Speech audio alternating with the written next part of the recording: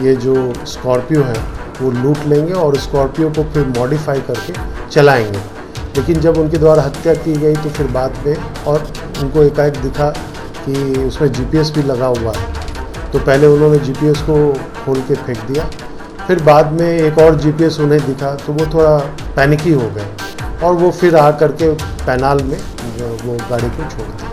तकरीबन 1 महीने के पश्चात पटना पुलिस को कामयाबी मिली है। आपको बता दें कि लूट और अपहरण के मामले में नौबतपुर थाना अंतर्गत एक आवेदन दर्ज किया जाता है, जिसमें आवेदन में दर्ज किया जाता है कि उनकी अपहरण जलेश्वर शर्मा की अपहरण कर ली गई है स्कॉर्पियो समेत।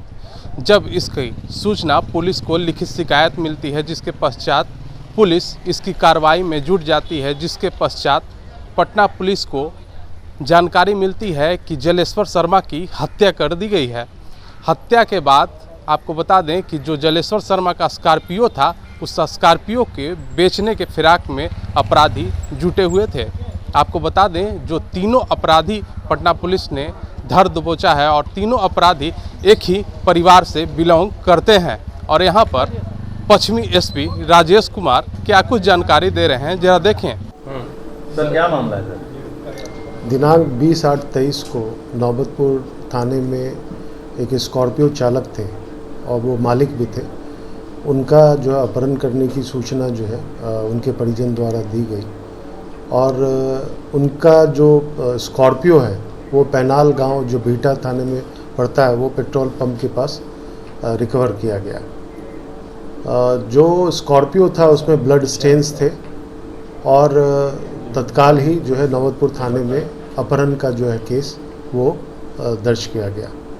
बाद में अनुसंधान में एक सूचना मिली कि औरंगाबाद में ओबरा थाने अंतर्गत एक डेड बॉडी मिली है। तो फिर जो है यहाँ के जो आईओ थे उस कांड के वो वहाँ गए। वहाँ जाके जब उनको देखे तो पता चला कि जो मृतक जलेश्वर शर्मा ही है जो उसके स्कॉर्पियो के चालक और मालिक थे।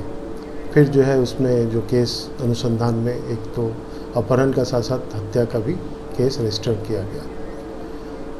अग्रतर अनुसंधान में ये पता चला कि कुछ लोग हैं जिसके द्वारा ये घटना की गई है।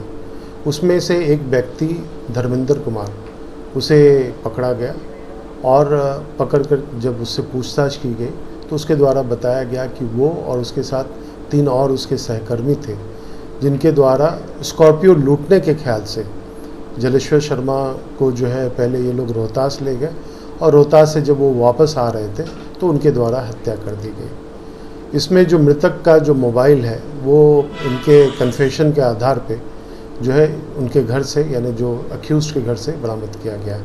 इसमें 3 व्यक्ति को अरेस्ट किया गया है। एक व्यक्ति जो उन्हीं के बगल के गांव के हैं, जो रुस्तमगंज है, वो नौबतपुर में पड़ता है। बेसिकली इसी के द्वारा पूरा कॉन्स्पायर किया गया और षड्यंत्र रचा गया। और इनके साथ जो 2 और व्यक्ति, जो एक सत्यम कुमार उर्फ गोलू कुमार है जो उनके भगना लगते हैं, और कौशल कुमार उर्फ बग्घा, वो सत्यम का ही वो चचेरा भाई लगता है। तो इनके द्वारा सभी लोगों ने प्लान किया कि ये जो स्कॉर्पियो है वो लूट लेंगे और स्कॉर्पियो को फिर मॉडिफाई करके चलाएंगे। लेकिन जब उनके द्वारा हत्या की गई तो फिर बाद में और उनको एकाएक दिखा कि उसमें जीपीएस भी लगा हुआ है, तो पहले उन्होंने जीपीएस को खोल के फेंक दिया। फिर बाद में एक और जीपीएस उन्हें दिखा तो वो थोड़ा पैनिकी हो गए और वो फिर आ करके पैनाल में वो गाड़ी को छोड़ दिया। जलेश्वर का ये अपना भगना है? नहीं, जलेश्वर का नहीं।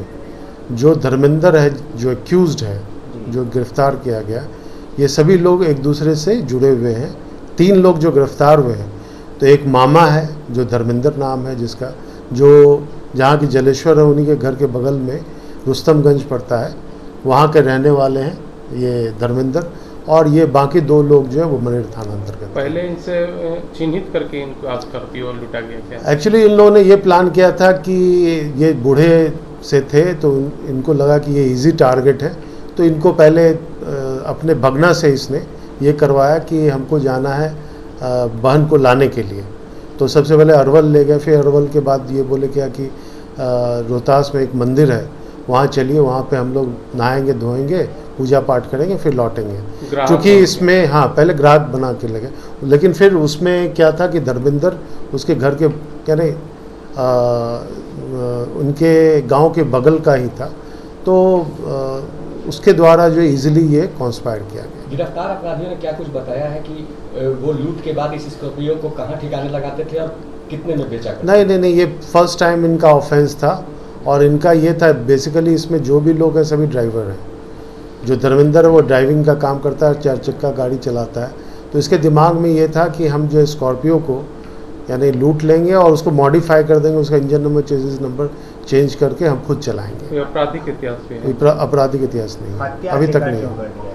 हत्या इसलिए कर दिया क्योंकि जब वो उधर से लौट रहा था तो इनकी पहचान ना रहे, कोई इसको जाने नहीं कि इनके द्वारा ये कांड किया गया है, नहीं तो वो आकर के तो बताते ही कि मेरे साथ लूटपाट की गई है। टोटल गिरफ्तारी 3 है। लग रहा है इसमें कि पहले भी कुछ आपसी रंजिश रहा होगा। नहीं, कोई रंजिश बगल के ही हैं तो नहीं, कोई रंजिश नहीं। हत्या करने का तरीका क्या रहा? चाकू से उन्होंने गला काटा, उसके बगल में नदी था, उस नदी में ले जाकर डुबा दिए। चाकू वगैरह बरामद हुआ? नहीं, चाकू अभी बरामद नहीं हुआ। जाहिर सी बात है कि जलेश्वर शर्मा की अपहरण के बाद हत्या कर दी गई थी और उनके स्कॉर्पियो को मॉडिफाई करके बेचने का पूरा षड्यंत्र रचा गया था और इसकी सूचना उनके परिवार वालों ने लिखित शिकायत अपहरण का नौबतपुर थाने में दर्ज कराया था और 1 महीने के बाद 3 अपराधियों को पटना पुलिस ने धर दबोचा है। तमाम ऐसे ही छोटी बड़ी घटनाओं से अपडेट रहने के लिए आप देखते रहें NBC 24।